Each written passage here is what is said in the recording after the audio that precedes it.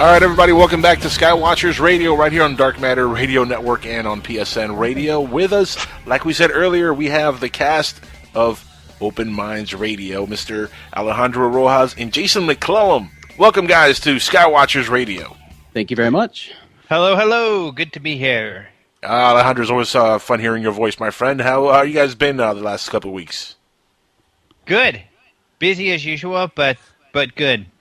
You know, I just heard the last episode you guys did. Of course, we have your show leading into Skywatchers on PSN, and the show you guys did with the Mirage Men, the guys who wrote the Mirage Men and put the film out.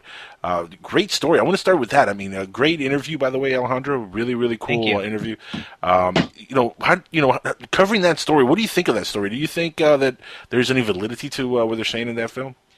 Well, I think, like I told them, I really feel that this is one of the most important stories in ufology because I think it's kind of the low-hanging fruit as far as if we're going to prove the Air Force did involve itself in disinformation, this would be the case, I think, where we could do it. And not only that, I think that if they did, then, of course, that has implications itself, why they would do that, that kind of thing.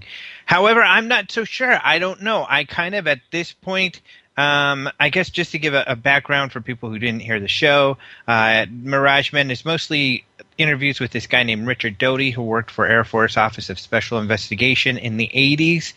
During that period of time, right when he came on with Air Force OSI, he began to be part of a disinformation campaign with a guy named Benowitz, who was a contractor with Kirtland Air Force Base in New Mexico, and said he was seeing UFOs and aliens above the base.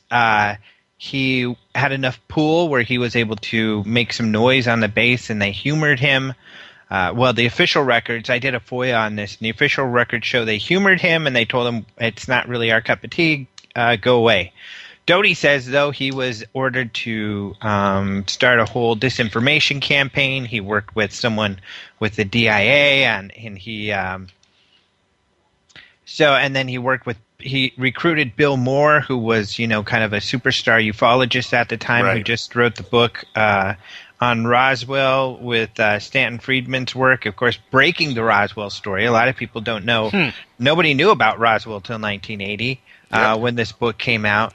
And finally, in 1989, Bill Moore came clean on this whole thing.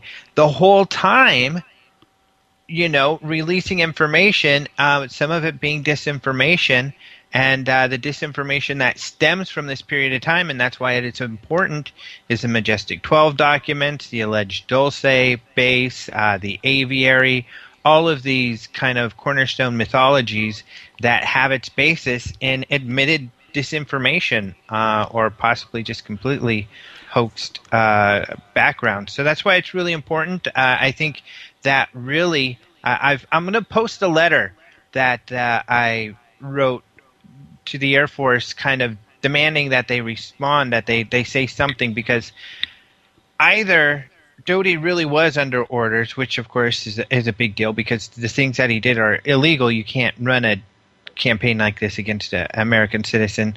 Or two, he was doing it all on his own, but he was using Air Force and Kirtland resources, such as he brought Linda Moulton Howe to the base to tell her, to show her some hoax documents and things like this. So the Air Force knew about it, or this guy did all of this, telling Benowitz lied during the course of this. He lied to some senators. So he did this while he was an OSI agent for the Air Force. So either way, I think the Air Force has to say something about it. And it'd be great if kind of people jumped on the bandwagon to force them to do that, because it's a big deal. Not only that, people don't know the history. Everybody thinks Majestic 12 documents came out when this Shandera guy, who was partners with Moore during this time that Moore was secretly working with Doty, that's when the Majestic 12 documents came out. Not true. Majestic was part of this Doty thing from the beginning. and people don't know about that. So we're going to be writing a lot more about that also, but that's why this Mirage Men documentary is really important too. No, it looks amazing. I'm going to actually check it out as soon as I have a chance. But yeah. Has Stan Friedman said anything about this yet? Because, I mean, he's part of the story. Yeah, that's interesting. Not many people have interviewed Stanton Friedman because really this whole episode was a big embarrassment. When Bill Moore came out, it was a MUFON meeting and admitted to all of this.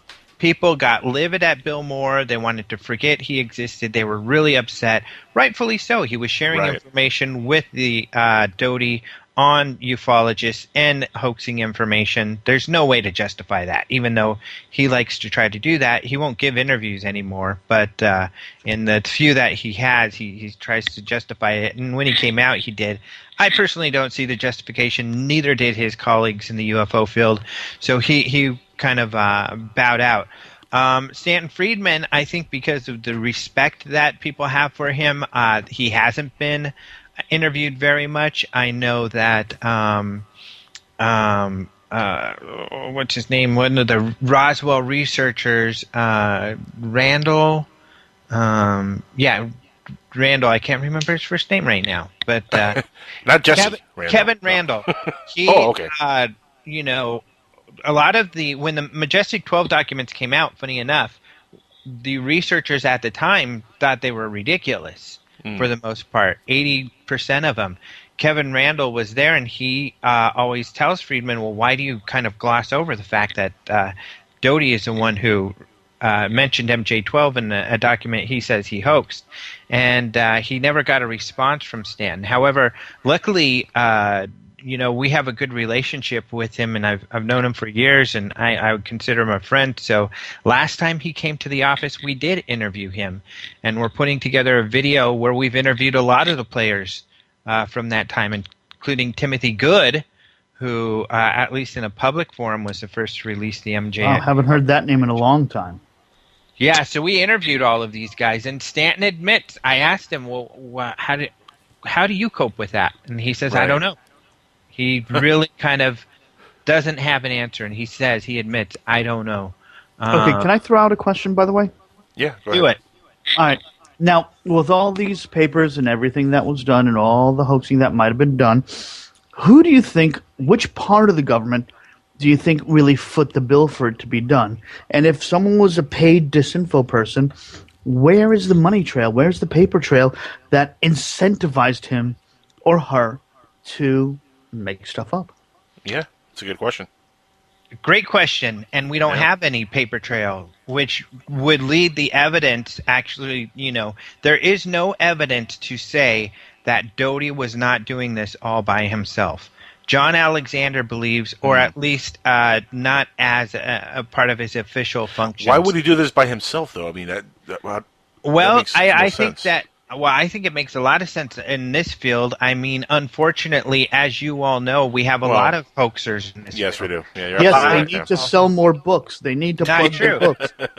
Well, but that's not true. Most of the hoaxers are not selling anything. I mean, you look at a lot of these guys. Some of them are, certainly, and I don't want to throw out names because I don't know who you guys feel are hoaxers and who are not. We'd probably. I have no issues on calling out somebody who I think is a hoaxer, Michael Horn or Billy Myers. But let's not get too into name calling. But those are good. Okay, you know what? I'll go there. Michael Horn. I don't think he's making a lot of money really off of this. He's making some, and certainly by perpetuating all of this, because I agree with you.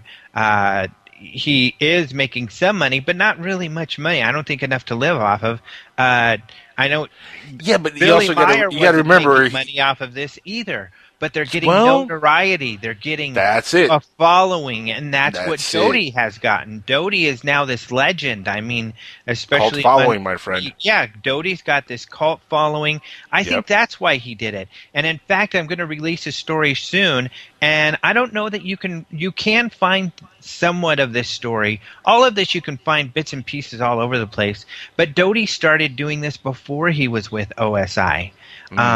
And Moore had talked about this a bit. Bob Pratt had talked about this.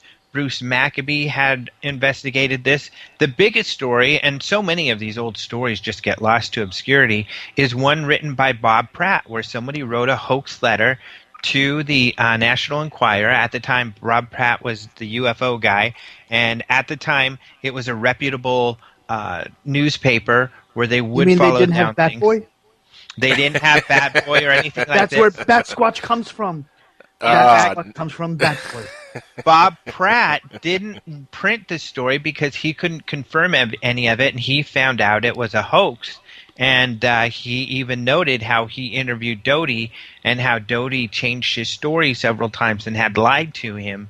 And so why can we believe him? Why should we believe him now? You can't. That's exactly. a great point. You can't believe him, so you just have to follow the paper trails, like Alan had brought up. You have to follow the documented information that we have. You have to put together the story of people like Bill Pratt or Timothy Good or others Stanton Friedman, who were there and were involved. So you have to grab all of these pieces and parts from all over the place and put them together and try to figure something out. But unfortunately, a lot of what we know about these stories, or a lot of what's been put out there thus far, has been interviews with Doty and Moore, and I personally don't feel that we can put much stock in what either of these. You can't trust that they'll be completely honest. With all these pieces of the puzzle, is there one clear picture being made from it? There's a clear picture that the hoaxing happened. That MJ12, Dulce, Aviary, all of those. All that's a hoax. All of those stem from this incident. And so you have a clear picture of all of this, that these two senators were lied to. That's officially documented. That Benowitz went crazy because they tried to make him believe it was aliens and everything. That was their goal. He did. He wrote a lot of stuff. He worked with some ufologists and fell out with a lot of them and eventually had to be put into a mental institute. And when he came out of it... But the Dulce base existed, correct? No. There's no... Well, there, at least in this... Doty says that he wanted Benowitz to believe that. People don't even know the history of Dulce. Dulce comes from Benowitz. Okay, but hang on, didn't Jesse Ventura on his show before it got killed off find the Dulce base and I'm sorry to burst your bubble, but you can't believe everything you see on TV. And especially when it comes to his show. I mean, they're so produced, and I don't know, I'm sure Jason, because he's on TV right now on this Hangar One, but we've both been on other shows, and Jason could definitely share with you that, you can't, these things are so produced, the facts are tweaked and manipulated. Ratings. I personally went into researching Dulce at first, and it led back to Doty, interesting enough, because I've had a fascination with this case forever. But when I lived in Colorado, I've been to Dulce, I've interviewed the people and spoken to people who have spent many times there, much time there. I've spoken to Gabe Valdez, who is a state police officer in New Mexico. He actually does believe there's some sort of base there. He doesn't believe it's extraterrestrial in nature, but he believes that there was possibly some cattle mutilation going on there. But he says he can't share any evidence that he has in relation to this, so kind of a dead end there. That reminds me, whatever happened to the UFO, whatever happened to the cattle mutilations, there's really not been that much news of it, except for very, very recently that was shown to me the other day. Why did that whole mutilation flap get stopped or changed or whatnot? It's not necessarily the case. I mean, it does happen. It just doesn't get covered a lot, and it's not like it happens all the time and 100 cows are dead here and 100 cows are dead there. It's a couple cows here, a couple cows there. So if you get a handful in a year, that's pretty normal. So there were, I don't know, probably a good handful or two handfuls in 2013. Really? And Chuck Zukowski is really the one who does the best investigation on that. And that's the problem. A lot of times when ranchers find dead cattle, they say this sucks and they move on. They deal with it. But I mean, how many of them actually go forward? Really, I mean, some of them don't want the kind of stigma that comes along with finding these kind of cattle's mutilated like this. I mean, right, and I'm sure you run into the issue as well. If you do see something that seems a little askew, no blood, mysterious circumstances when you have dead cattle. Maybe you tell the local authorities and maybe they go, huh, that's pretty bizarre. But do they go beyond that? Probably in most cases, no. So in a place like Colorado where Chuck Zukowski is, he's made a good name for himself. So if people have a feeling that there's bizarre circumstances surrounding the death of one of their cattle, they can research and they'll find he's there. He'll come and actually do an investigation because he knows what to look for. He knows what to do. You don't always have those resources in other places of the country. And why is it only primarily in America? You really don't hear about it even from these other parts of the world, too. I mean, you don't see a flying saucer with Outback Steakhouse flying by anywhere, branded on it. I'm just trying to figure out. Who even knows? I mean, really, we don't even know if it's aliens that are taking the cattle. For all we know, it could be some government program. Well, that's what Gabe Valdez believes. So. And because really, there were a lot of them, a big rash of them in the 70s. And that's how Benowitz actually got involved with UFOs and aliens. He went to investigate that. So did Gabe Valdez. So did Senator Harrison Schmitt, which is one of the senators who tried to help Benowitz out, or at least was kind of friendly with him. But there was a big rash then in the United States, mostly in New Mexico, or kind of around the Dulce area. And that's why Gabe Valdez thought that there was something to there being a base there. But you're right, it hasn't been as frequent, but it does happen in other countries. Brazil has had a lot. South America has had some. I think it was last year or the year before, there were some in the UK, including sheep.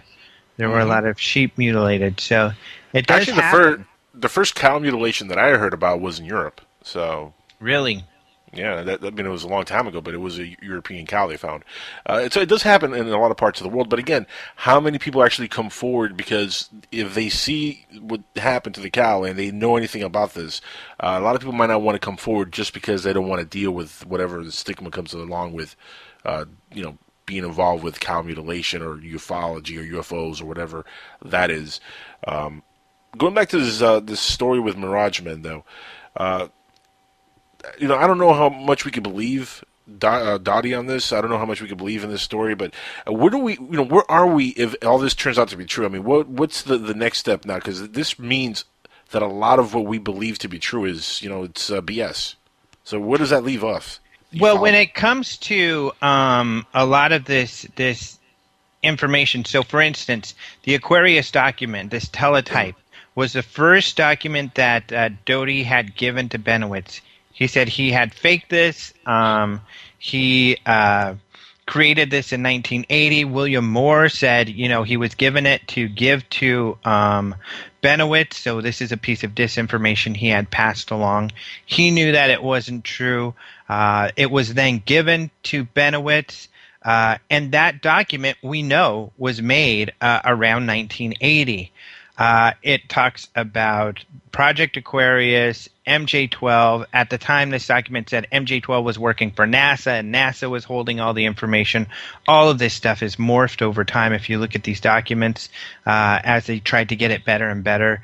But the problem is we know that document came out in 1980. This is the first year, or it was created in 1980. This is the first year that Doty was working for Air Force OSI. So this guy, in his first year working for OSI, is being told the biggest secrets that the government has, and then he goes and he shares it with a ufologist.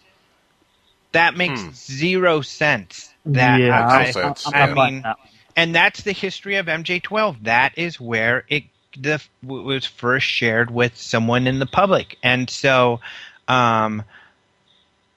that really sheds a lot of doubt. And this isn't Doty's word. We've got then Benowitz, who had the document. You have Moore. Plus, it's documented in a couple books. This document, prior to the Shandera Eisenhower document, which everybody thinks is the first document that came out. So it's got a solid history, some of this. So it's not just Doty's word we're relying on, because certainly you can't trust just his word. Yeah, you really can. So, I mean, where will we be left off if it turns out to be true, though? Let's just say it is true. I mean, what does that mean for the overall picture?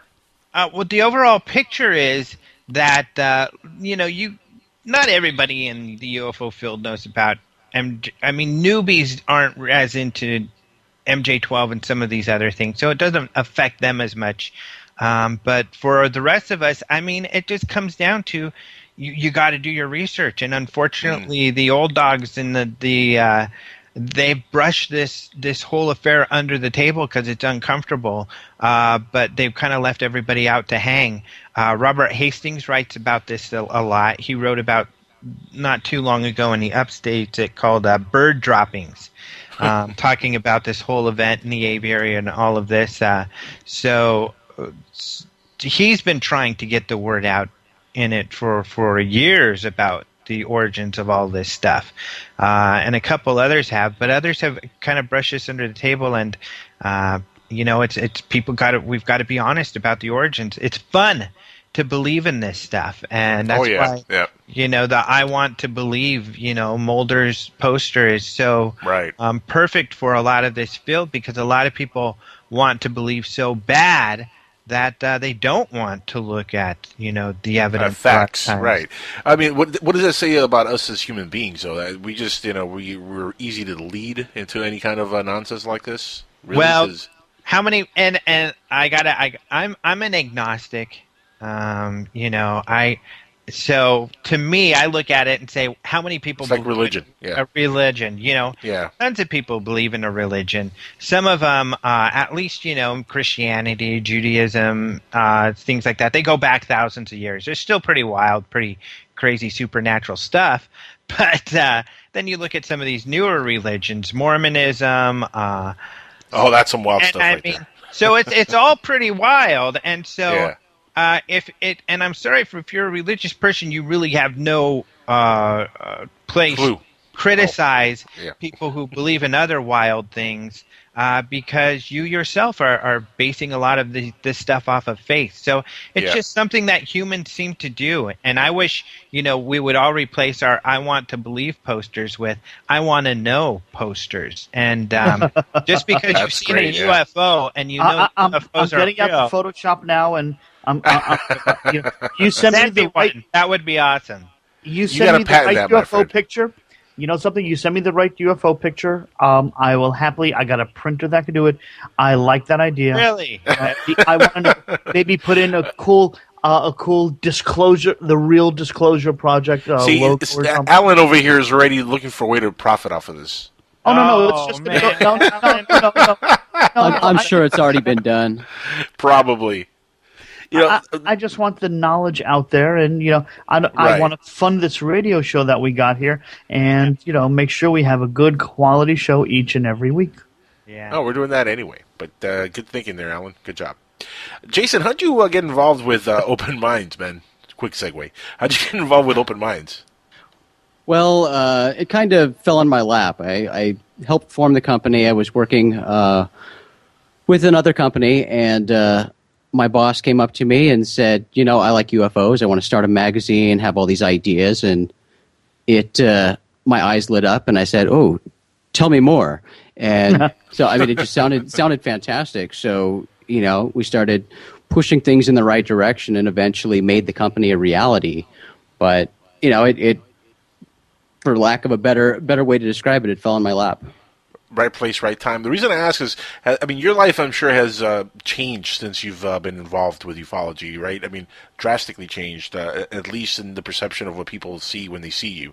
And that goes, I think, across the board for everybody kind of involved in this field. But it doesn't, when you have certain issues like this Miragement stuff, doesn't that kind of really take away from the legitimate issues that we have to deal with within ufology?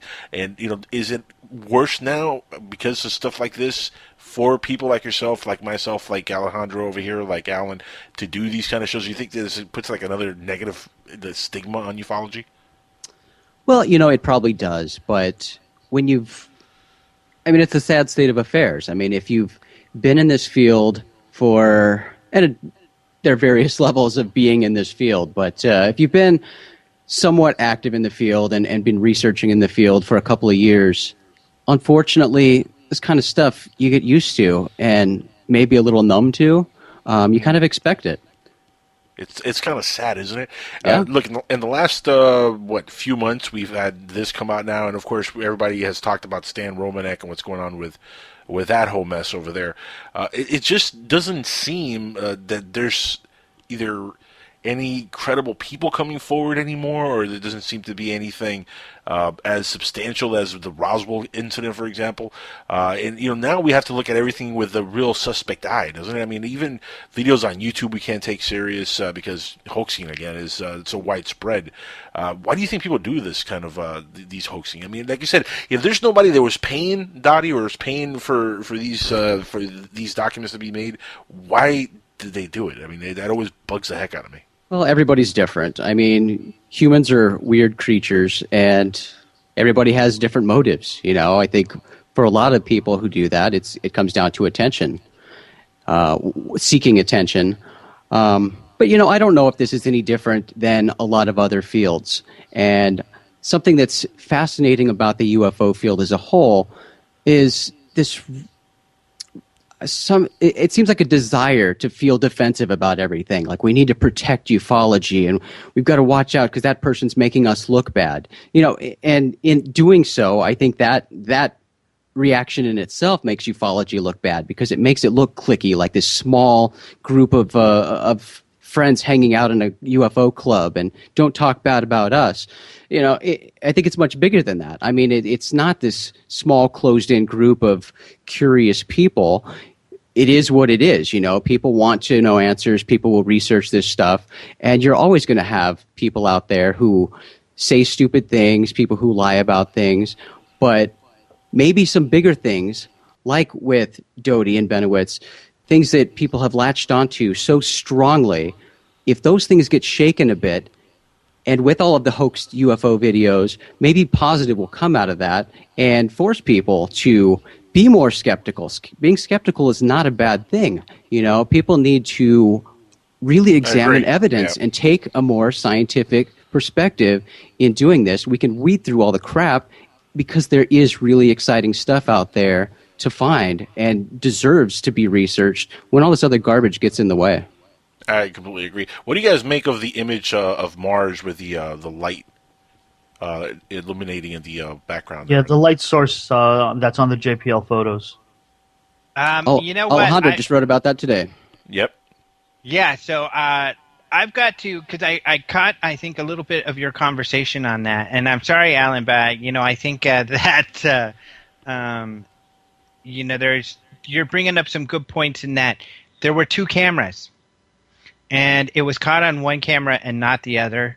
There are examples of the same phenomena happening where it's caught on one camera and not the other.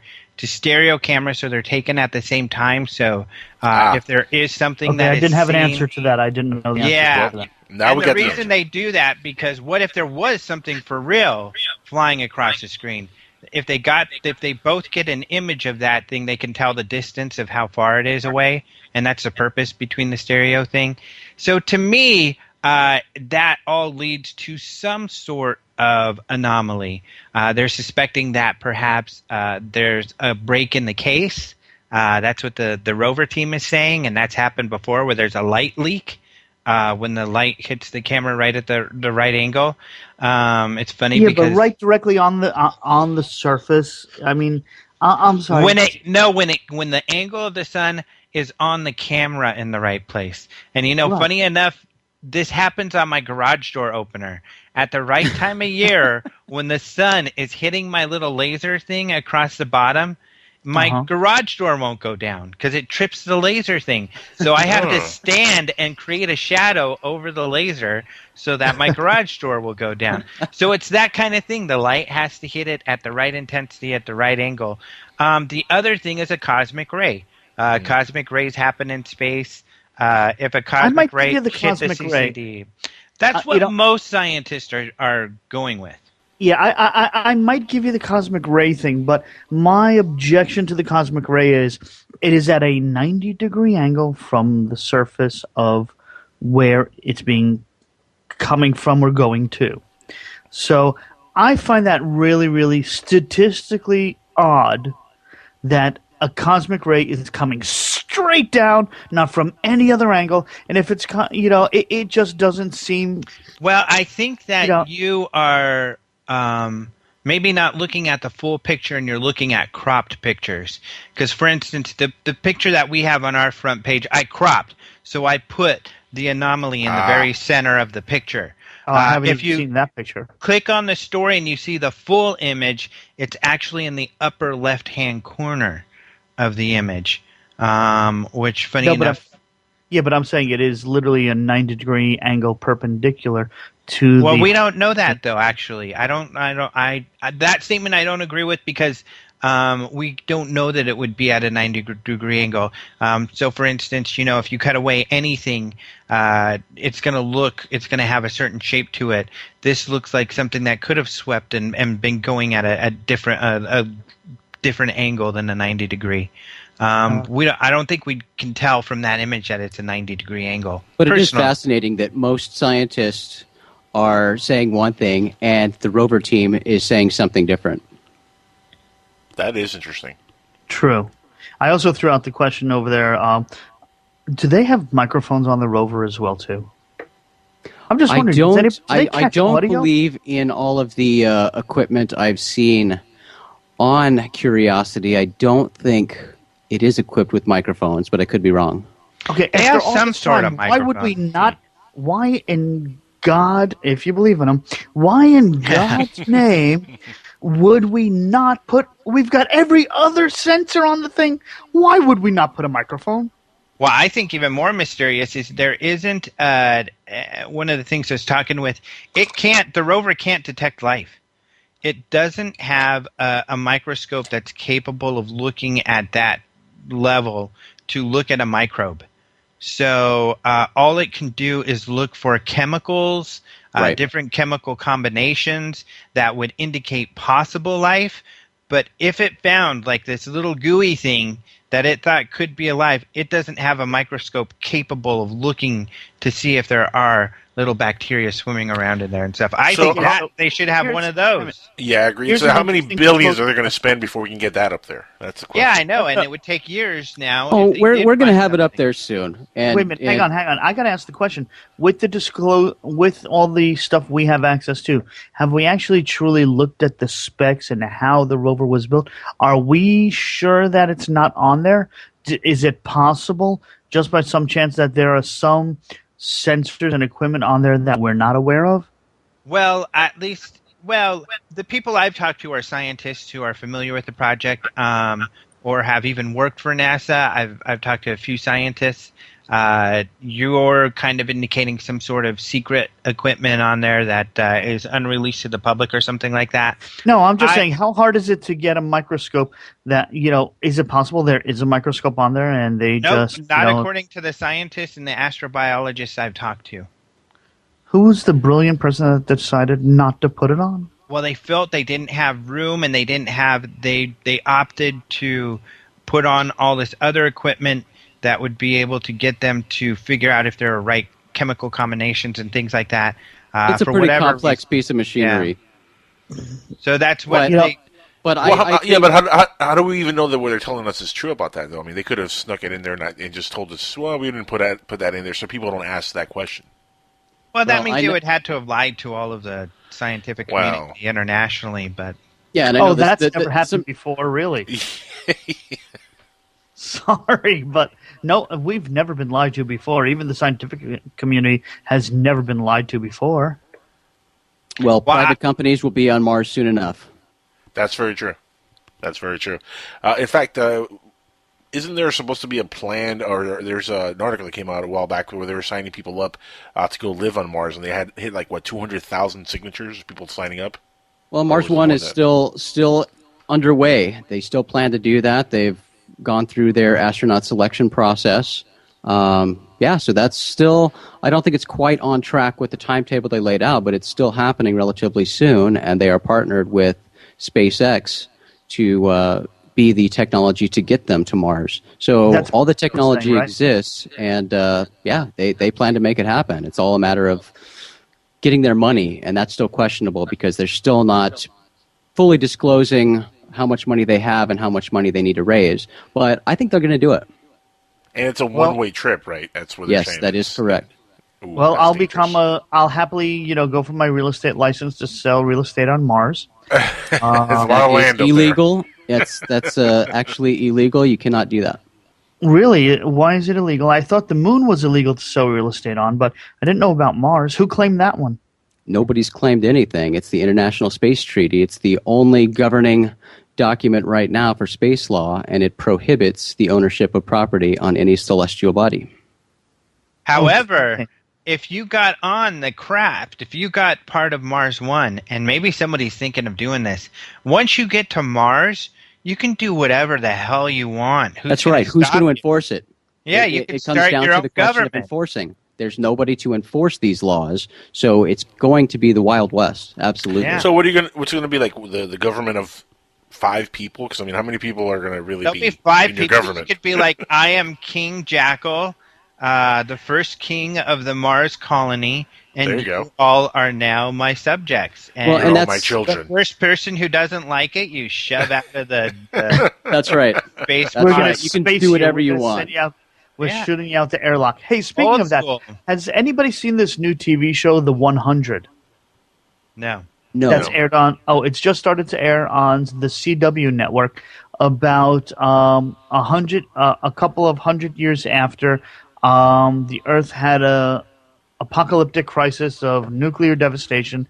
All that old space story. Stations. No, check this out. All the space stations interlocked into each other, and only humanity survived up in space, combining their efforts of all the space stations together to create a community. And they're now, the plot line is that they sent their delinquents back down to all the offspring and the delinquents from up there down to check out if it's okay to live on Earth or not. It's not a bad premise. I don't know if anybody has any Didn't thoughts Matt Damon do a movie similar to that, Elysium or something like that it's called? No, Elysium, he was leaving to go up to the Dyson sphere or the Dyson... right, but isn't that the same premise? That was not an apocalypse. It was kind of maybe an economic kind of apocalypse. Yeah, that was an economic breakdown. Yeah, somehow America becomes like Mexico. That part I didn't get. I thought it was looking more like. And then all the rich people go up on a space station. So that part I do get. That's cool. Oh, by the way, can I just jump back to the Dulce, New Mexico thing for a second? Got a question. What do you think about the supposed bases that are under, like, the Denver airport and things like that? Does that possibly exist, or is that also disinfo? Ooh, I don't think that's disinfo. I think it's crazy rantings from a bunch of goofballs, which this field is unfortunately fraught with. I lived in Denver. I used to fly in and out. I was a corporate trainer of that all of the time. The art pieces, for example, they were done by this, Mexican-American artist. He has the whole logic behind what he was going for when he did it, and it's an evolution from kind of a fascism to living and being peaceful with nature. And that's what the artwork does. So people are focusing on these parts of like these fascist militaristic type of stuff, but there's more to the painting to that. And, that was part of his image when he did this. There is, for every little alleged piece of goofiness, there are very clear answers for. And funny enough, they're building this new train station at the airport that goes to downtown Denver for a light rail system. And it's real fancy and cool looking. I was just there for Christmas. It's really cool.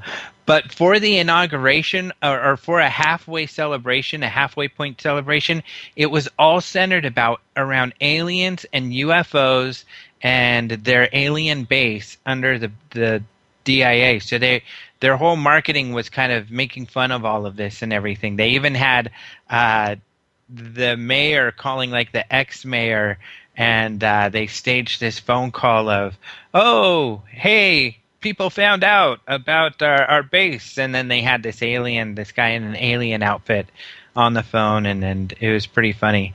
So sounds like the Ronald McDonald Taco Bell commercial.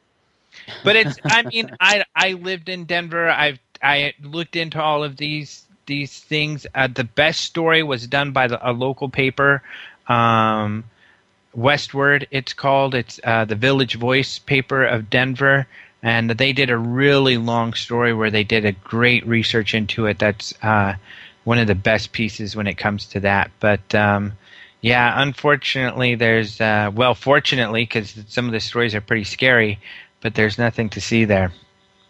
All right, because I remember going through the place and I've seen the murals and all, but all these stories about multiple levels and the goof ups supposedly in construction where they actually built out buildings further out on the property that they've covered up, but they're actually still there and there might be tunnels to and from them and all sorts of other stuff. I'm like, well, here's the thing though, Alan.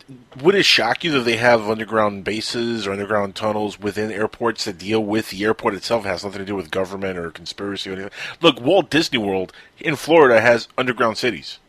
Oh, yeah, well, so, true. I mean, in California, they have them also for Disney. And that's just Disney theme parks. And they're, they have their own underground system. So I wouldn't be shocked if the airport does have something, further underground that deals just with airport activity and stuff that goes on in the airport. Doesn't always have to be some sinister government plot. Well, and the lore is so big surrounding DIA that the local media there, periodically when they're looking for revisiting that story, they'll go and cover that story again, and they'll take reporters down under the airport and tour around the underground facilities.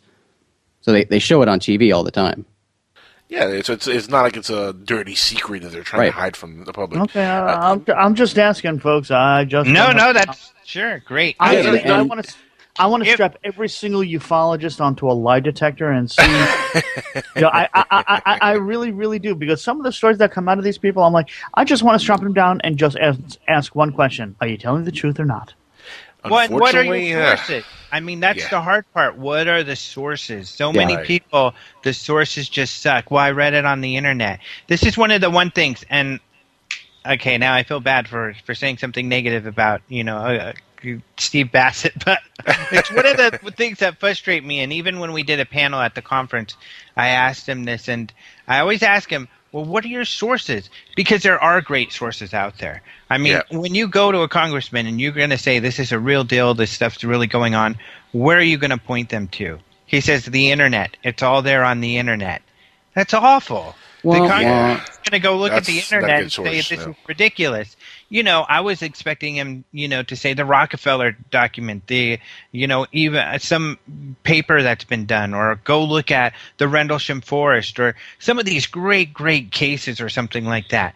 But it all comes down to sources, and that's really, really important. And no one can really point to the sources when it comes to the DIA. I think it was some guy who, just with a lot of imagination, who was walking through the airport and was like, oh my gosh, this is crazy, and writes all this stuff. So if there's a secret base, underground secret base, which would make sense, there would be, but it's not under DIA. I don't think it's under Dulce. I have no idea where it would be, and I think that's the way it's supposed to be. Yeah. Look, we're about to take a break in a minute here, but I do want to lead off with a question that I want you guys to talk about when we come back. Is a story that you read also in the last show you guys did, the Bill Clinton stuff that happened this past week, which was really funny. He was, of course, on TV, and he talked about Area 51. We have a caller on the line who wants to ask our guests, Jason and Alejandro, a question here. Dan, you're on the line on Skywatchers Radio. Ask away, my friend. Welcome to the show. Good evening, gentlemen.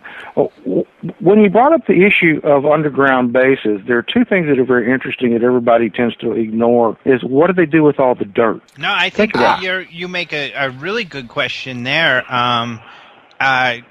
Some people say, like, there are some suspicions that there are some remote places, like in Colorado and stuff like that, where, in the mountainous areas, they're so remote that I could see you being able to drive trucks out there and drive trucks out with people not really knowing where they were going. So, but you'd have to drive big distances. Well, the problem with that, though, is the amount of dirt that you would have to move is going to draw an awful lot of attention just because of the number of trucks you have to move. But if you're in a really rural place, that's even more remote. Because anybody goes, what the hell are all these trucks doing out here? Well, if there's no one to see them. there's always somebody to see. If it's remote enough, they could spread it all over the ground, and you're not going to notice it. Yeah. The same way you have a salt spreader when it comes to snow, you have a spreader for the dirt that's in there as well, too. Massive lighting operation. And look, there's construction going on all over the place. I'm pretty sure they could get rid of the dirt. Now, here's another idea. Everybody, they've been talking about, for example, the high-speed underground railroad between the various bases. If you had any indication of where the routes might be, you could put seismometers along on the surface and detect any strange anomalous activity at, let's say, 150, 200 feet below surface. Yeah, that's an interesting thought. Yeah, that's actually interesting. I'd be curious to look at the USGS. They have those earthquake maps that are running all the time and constantly showing things. I'd be curious to actually see if there's.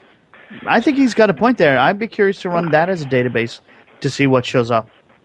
Okay, well, that's basically what I had to say. I hope you enjoyed it. Thank you for the call, Dan. Appreciate it. Okay. I'll call back in another day. Thank you, buddy. Okay, bye-bye. And I look forward to that email, by the way, that you sent. Anyway, gentlemen. Interesting question, though. What do you guys think of the question Dan posed there? Well, I'm sure that many people out there have offered answers before, speculated about this. And I think I've even heard something about potential alien technology that played a role into it as well, sort of somehow fusing the dirt and making it go away or something. But it's all speculation. Oh, I have no idea. Aren't you talking about that NASA tunnel boring machine, that nuclear tunnel borer that actually takes the dirt, turns it into glass, and pushes it out to the side? Yes. There you go. Okay. That would take care of the dirt. I don't think it's alien tech. I think it's our own tech that does that. Well, we don't know that for sure, Alan. You're right. We don't. We don't know. We don't know anything at this I point. Think they might have gotten the idea. Things that we thought we knew, we're finding out that we really didn't know anything, and we've been lied to. Or maybe we haven't. You're right, Dan. Or maybe we haven't. Exactly. And that's another question maybe here. Maybe we have. Let's just say that all this stuff with Dottie is, he's making everything up, and everything was actually fact. Well, the problem with that is, and how would he know these secrets? Especially given his background. I mean, I got a FOIA request for officially what his background is and when he was working where, so we know that information. So you think he's now telling the truth and he's honestly well, if he was really working for the Air Force, that's in several government or several Air Force documents that I have. His military records and also the Benowitz, the official Benowitz files that I was able to get from the Air Force. So those are things that we know for sure. That's why if everything else he is saying is a lie, that means he was spreading lies for years while he was working for the Air Force. And they need to answer for that. Why were they allowing this to happen? And if they didn't know he was doing it, how did they not know that this guy is spreading alleged hoax documents? I mean, how can an OSI How could that go undetected under their nose? Exactly. And if it did, they needed to make an apology. I mean, they need to make an apology to Benowitz's family, and they need to say, we screwed up. This guy was doing this. He was committing crimes the whole time. He's supposed to be an agent for special investigations, which deals with crime. So he's essentially supposed to be working in a law enforcement capacity while he's committing crimes. It's a crazy story. I'm going to check out the Mirage Men movie in the next few days. Now, you could view it on your website. I know you guys talked about it on the go to the website, and on the right-hand side, you can scroll down, and you'll see a little image there. It's a pretty big image of Doty's face, and Mirage Men. You just click on that, and you'll be able to watch it. They're charged $7.50, I think, to watch it. And now, then you can also find out information. If you purchase it, can you multiple times? Can you watch it multiple times, or is it like a one-time thing and you got to pay another $7? Well, I don't know, to be honest. I think you have a period of time because I didn't. It's this other company that did it, and they asked us if we'd be interested in putting it on our site, and we said sure. But I I think maybe it is. You're allowed to see it for a certain amount of time. Like a rental. That. Yeah. So, Gotcha. but you can buy the DVD also. That's going to be coming out in a couple months. Oh, cool. So you can pre-order that as well. I'm definitely checking that out. Now, before we went to break, I left off with a question that I wanted to get to. And really not a question, but a story that came out this past couple of weeks with former President Bill Clinton. Bubba has been in the news. And he talked about Area 51. and it was funny to listen to Clinton talk about Area 51. And then, been asked if he, looked into the alien, phenomenon and to UFOs and stuff. And he was pretty candid about what he did and what he looked into. And he said that they found nothing, but in tongue-in-cheek. Do you think, Clinton knows and was told some stuff that might be real and knows more than he let on? Because that was a really interesting conversation that he had. And, again, it was funny because he did quote Ronald Reagan in that very famous speech in the 80s. What do you guys think? I know I already heard on the show, but for the audience who hasn't, heard your take on the whole thing, give us your take, and each one of you. Okay. I guess I'll go first, just in that, that's what's funny. Kimmel asked him, he said, if I was, going to be president, I'd run to the White House and tell them to tell me all about UFOs. That's the first thing I'd do. And he said, did you do that? And Clinton said, sort of. When actually it was more than sort of. Clinton did do that. He goes on to say he didn't do it until his second term, but he did do that. He, has a quote that was in a book by a guy named William Hubble, who was a friend of his. He told him, he went to the Justice Department. He said, I want you to find out about UFOs and who killed JFK. Hubble essentially said, I wasn't able to find out, So Clinton did ask about Roswell. We had the Air Force came out with Roswell responses during his administration, saying they were mogul and all of this other, silly stuff. Because regardless of what you think about Roswell, the responses so far have been pretty bad from the Air Force. Well, the crash test dummies came out of that, didn't they? Yeah, crash test dummies, because they did 2 during his administration. Yeah. But to your point, Clinton was he was candid, but he did say, I wouldn't be surprised. I think extraterrestrials are out there. He gave this whole speech about how they're probably here. The universe is so big. And I wouldn't be surprised if they do come and visit us. And so far I know of, and we put him on our website 3 different times where he's talked about UFOs and aliens. And every single time he seems to leave it open to, he thinks UFOs are real or is open to the idea. I mean, there he says, I wouldn't be surprised if UFOs come. I just hope it's not like Independence Day. Another time that's a little more is also well known. This was like in Germany where he's talking to a crowd, and he says, little Timmy, he's reading a letter. Little Timmy asked me if I know anything about Roswell and if there are aliens there. And he says, I don't know. If there is, the Air Force hasn't told me, and I'd sure like to know. Again, saying he wants to know about this stuff. And then in 2005 in Hong Kong, there's a Hong Kong UFO researcher who was able to record this, or at least get this out. And they asked him about, UFOs and aliens in Area 51. And he said, well, I did investigate a base in Nevada. The Air Force has told me there's nothing to any of these stories.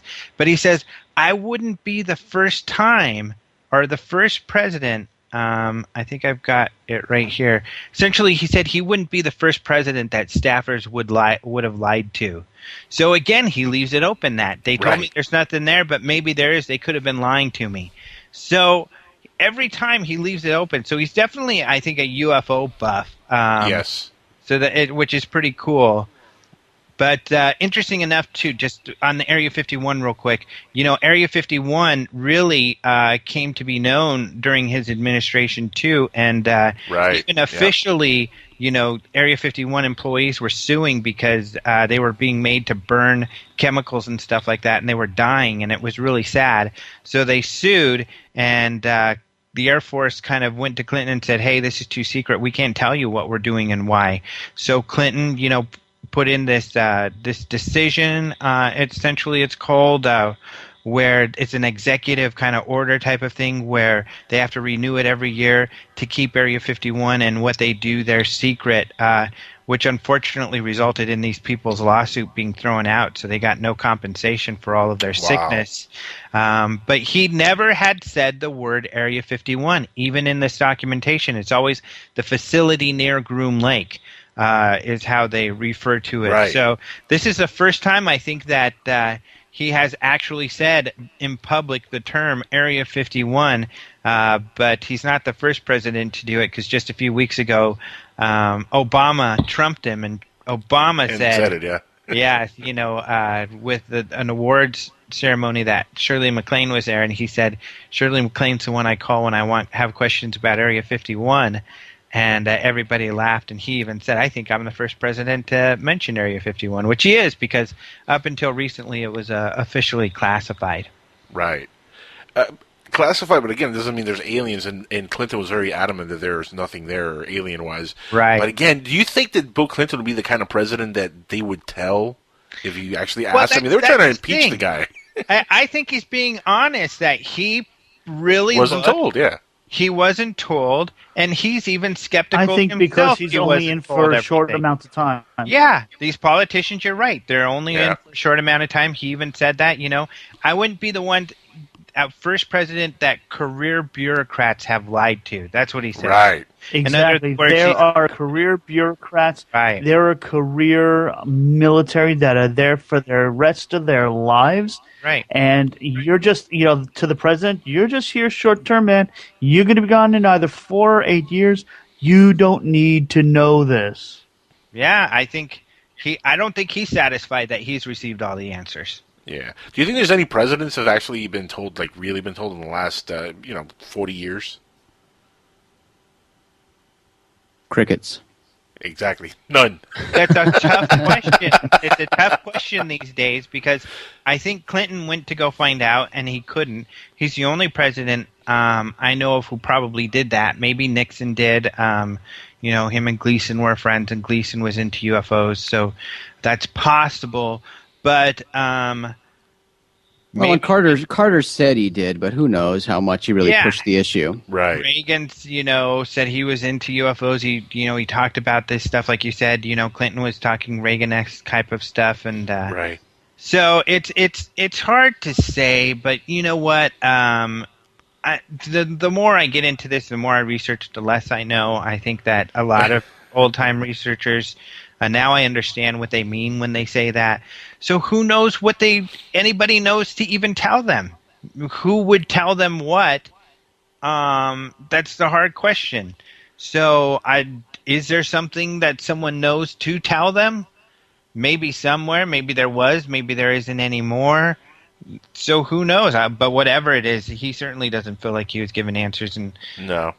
If anybody, of course, had any, it would be the Bush family. Bush Senior, maybe not Junior, because he's a goofball. But well, yeah, but you're gonna tell me that Daddy's on to tell his son, what's going on. Yeah, I mean, I don't think Daddy told his son very much. I think Daddy bossed his son around and told him, "Here's what you do. You do this. You do that." If you know you've got a goofball son who can barely tie his shoes, you're not going to tell him information like that, where he's going to go around and blab to people about it. That's true. I'm still trying to get over the speech where he said that humans and fish need to learn to coexist together. Oh my gosh, I don't even know of that one. You haven't? You've never heard that speech? Yeah, I will send it to you. Oh, that'd be great. It is hilarious. It's Bushisms on YouTube. It is a very funny speech. Yeah, he actually says that human beings and fish need to learn how to live and coexist together in peace. The fish people of... I think he might have meant dolphins or whales. Oh, by the way, Jason knows I'm hoping how to say that moon of the moon of Saturn. Jason yes, because I was butchering that earlier. Thank you for bringing that up. But it slipped my mind. He told me during the break, and I've already forgotten. So, Jason, I'm gonna let you school me on air because I did butcher that name really badly, and I'm okay when somebody corrected me. So, please, how do you pronounce the name of the moon? Well, this bothered me so much because I got made fun of a lot because I had no idea how to say it because I'd written about it so much.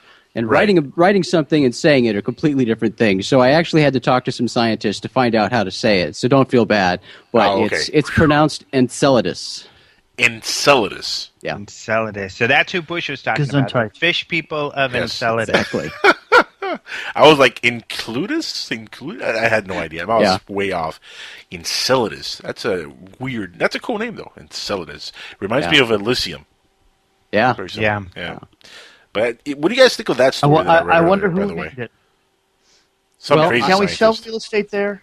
Can I sell real estate there? No, you can't sell real estate, Alan.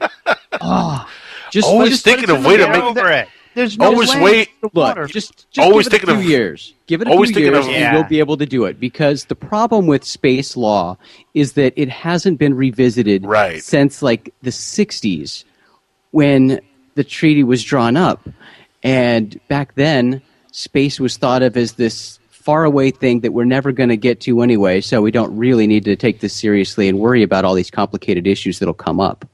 So there's so many things that now that space is a reality and becoming even more so every day, they're going to have to sit down and rework a treaty, come up with something new, basically scrap the old one, come up with something new that's more realistic and Robert Bigelow, Bigelow Aerospace is actually pushing this issue right now because he wants to, and he's got plans with NASA to put a base on the moon. So the issue for him that he's trying to push is, look, a private company like mine and all these other private space companies, we need to make money.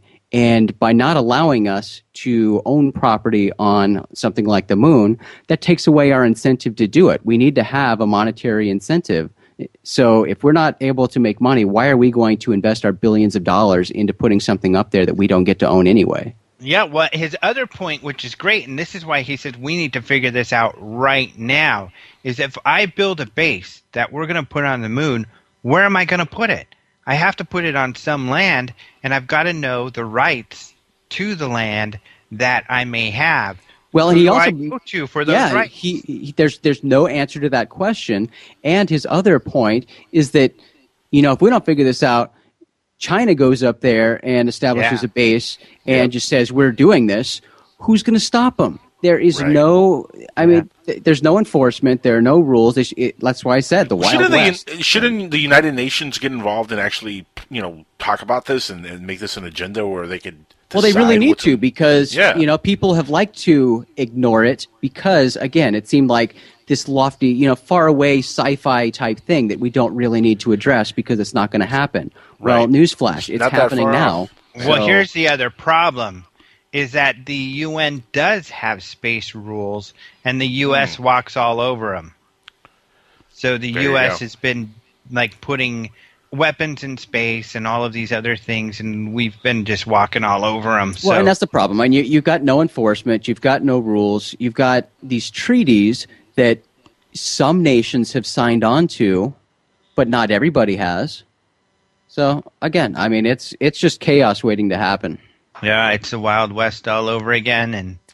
But I do think Enceladus is very exciting from an astrobiological perspective, as are many moons in the solar system. I mean, I get excited about all these potentially habitable worlds that we hear about outside of our solar system. But our solar system is incredibly exciting on its own. I mean, I think there's tons of life right here. So. Yep. That's what I was saying earlier. I think we're going to find out when we start really looking deep into some of these planets and moons and stuff in our very own solar system. We're going to find life, all kinds of life. And I was even saying animal-like life like we see here on Earth. Maybe even Alan and I was talking about earlier, maybe humanoid life. You never know. Carbon-based, silicone-based life. Well, there's all kinds of different, thinking outside the box there, but there's all kinds of different forms of life that could exist. But I think, looking at the moon, especially the moons of Saturn, is a very interesting idea because doesn't the planet itself radiate heat, which would allow the moon to have some sort of life possibly on it?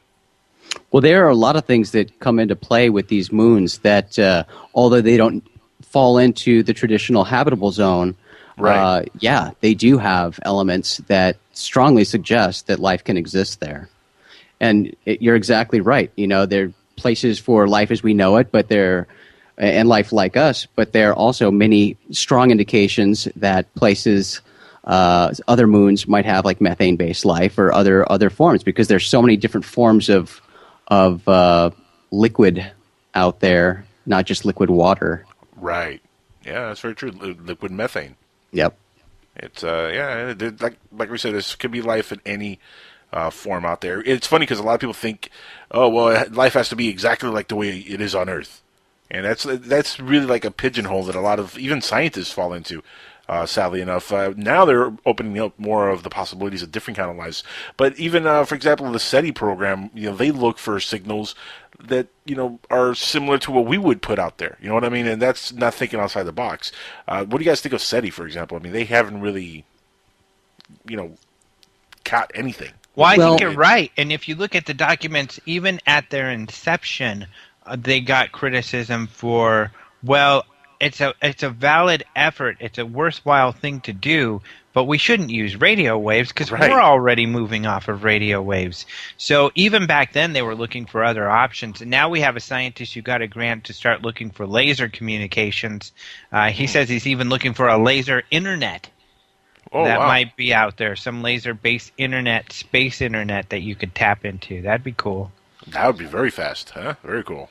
Yeah, so I mean, talking about SETI and talking about scientists focusing on life as we know it, not looking for other types of life, I like to get frustrated with that because I want them looking for everything because I'm convinced they're an infinite variety of life out there, but you can't look for everything. We only know what we know.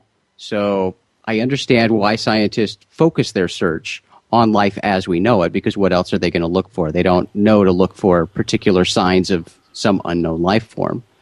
And SETI, if they're not going to do it, then we're just crossing one thing off the list. I mean, I guess it's good. If they want to do it, they're doing it. That's good. I think targeting as many ways as we can, I mean, that increases our possibility of finding life. So, how long has SETI been in business now? For how long? Because I know they've been around for at least a few decades now.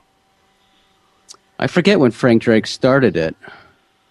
Yeah, I'm not sure. I think I'm going to guess the 80s. I guess I could check out... At least 30 years. Wikipedia here. The internet, our best friend. I think it was the 70s. But. At least, yeah. It has to be at least 3 decades, maybe 4 decades. And they really... And I know that, the signal that would mean something, they call it the WOW signal, right? That's right. That's the name for it. But they haven't really had any WOW signals in 30, 40 years. So, it might be time for them to start thinking a little bit outside the box, a little bit more outside the box. Do you think that SETI will ever really catch anything? Honestly? It's always possible, especially if they adapt and stop relying just on radio signals. But that's the thing. I mean, SETI does a lot more. They're very active in astrobiology, and the SETI scientists are actually contributing to other efforts, like sifting through the data collected by Kepler Space Telescope. So they've been integral in making some of the planet discoveries. That's interesting. Yeah. 1971 was when they started with SETI. Oh, interesting, huh? Yeah. Yeah. Not a WOW signal yet. Yep. But it is what it is. SETI is a good program, though, so we definitely should keep supporting SETI. Now, have you guys ever ran the SETI at home? No, I've never done that. Never done that? I'm using all of the computer processing power. Ditto. Yeah, I need all. I don't want anything bogging my machine down. It's funny because I actually ran that on my old computer for about a month, and it really does slow your computer down immensely. Wow. Yeah, it really. Well, it was an older computer, so it might have been the computer itself, but it is. It is good software. Since it's pure. Well, since it's cloud computing at its original first. I think is that the first original cloud computing shared distribution that's ever been out there? I'm just wondering. It's probably one of the earliest. But also, what I'd also say is, can you imagine if we got all the used and old computers that are sitting in people's closets or storage and collecting dust, and just let it run for SETI at home? Can you imagine how much power we would have to process all the data that's coming in? Yeah, I mean, there's just an infinite pile of data that comes in, also collected by Kepler Space Telescope. I mean, it's going to take them years and years to get through all that data, and it's not collecting data anymore. So, but the scientist Alejandro mentioned, Jeff Marcy, is really exciting because he's a mainstream scientist, and he got 2 grants. One was to search for that laser-based alien internet, and the other was to search for alien spacecraft. It's the mainstream scientist, and these are 2 grants he got to actively do this. So it's really exciting.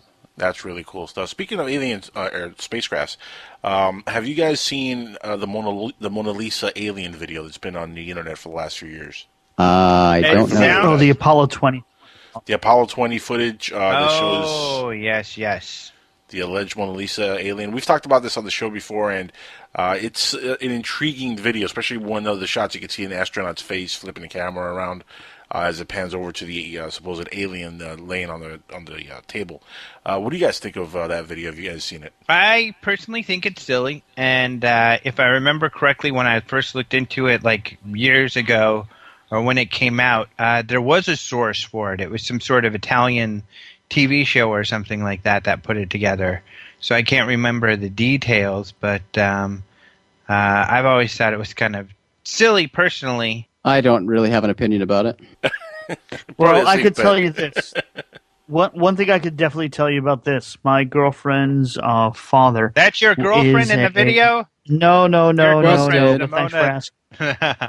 Yeah. Sorry, I'm not into grannies. I'm not into aged and well-seasoned. I like them nice and young, in their 20s or so. But thanks for asking. But what I want to point out is my girlfriend, actually, her father used to work for NASA, and he said whoever did do this, they had to have filmed it in a LEM module, because he verified for me, and I could get him on the show in the next couple of weeks if you want. He verified for me that whoever filmed it, the video had to have been taken in a LEM module, because there's no way they could replicate every single nook, cranny, and button and switch that was shown on that video. Why not? Too time-consuming, and getting all the right colors from the right manufacturers and everything. I had this whole argument over a dinner with him. It's just virtually impossible to, literally frame out the sheet metal, to literally make it to spec would have taken a monumental effort. Some people have a lot of free time. Yes, that's true. Look at the guys who put together the alien autopsy video, Alan. Okay, exactly. I'm looking at it, and half the stuff you could get at a prop shop in Hollywood. Getting a LEM module, not as easy. I have another friend who actually has made a replica for his web series of the original USS Enterprise from Star Trek, and I know what it took for him to put that together for his web series. And it was way, way expensive. A lot of time put into it, and a lot of people involved. People will talk. This Mona Lisa thing, I don't know if it's smoke and mirrors or not, but I'll tell you this: they had to. Whoever did do it, this LEM module that they used to film it, had to have been pretty much real deal. But that's just my thought.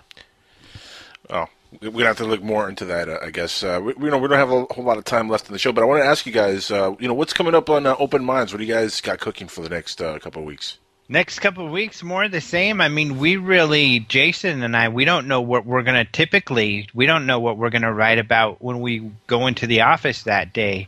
We go search, and we like to have everything fresh and brand new.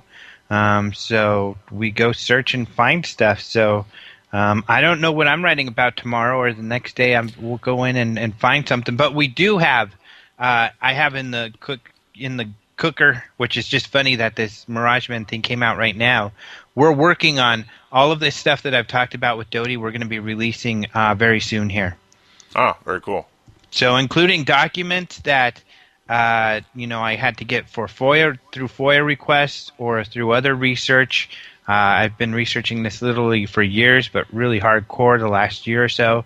And so documents that I don't think others have ever seen, most other people haven't ever seen before. I think even some of the seasoned researchers, and I know the Mirageman guys hadn't seen some of this stuff. Very cool. Got to keep our eyes on that.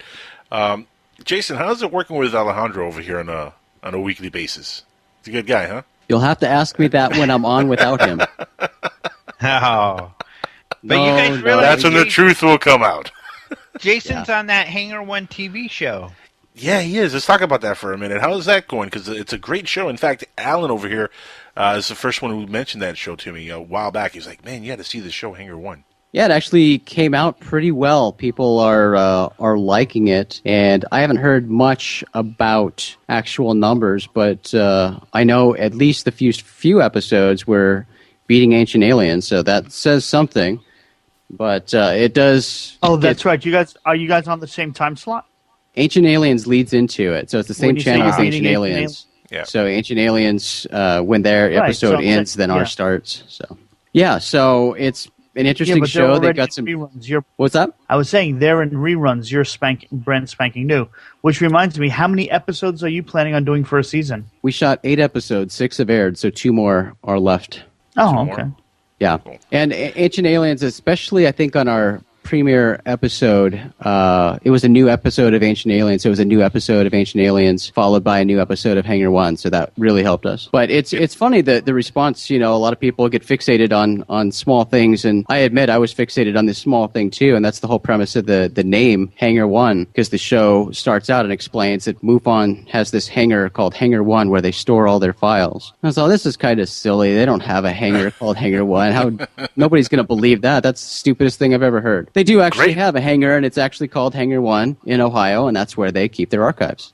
And it is a great name for a show, Hangar 1. Yeah, so they went with it. That's very cool. Again, guys, the website is openminds.tv, and your show airs on PSN Radio. Of course, we play the podcast, but you guys also put it on YouTube as well, and it's all over the internet, really. Any other websites you want to give out before we go off the air? No, openminds.tv is it, and our YouTube channel, youtube.com/openmindstv. Yeah, and if you haven't been there, we put on literally the largest UFO conference every year in Phoenix. It's usually in late February, early March. So we haven't set the date solid, but keep an eye out for it. The UFO Congress, and you got to reserve rooms early because the main hotel sells out. And this year, the whole town was sold out. So the town we have outside of.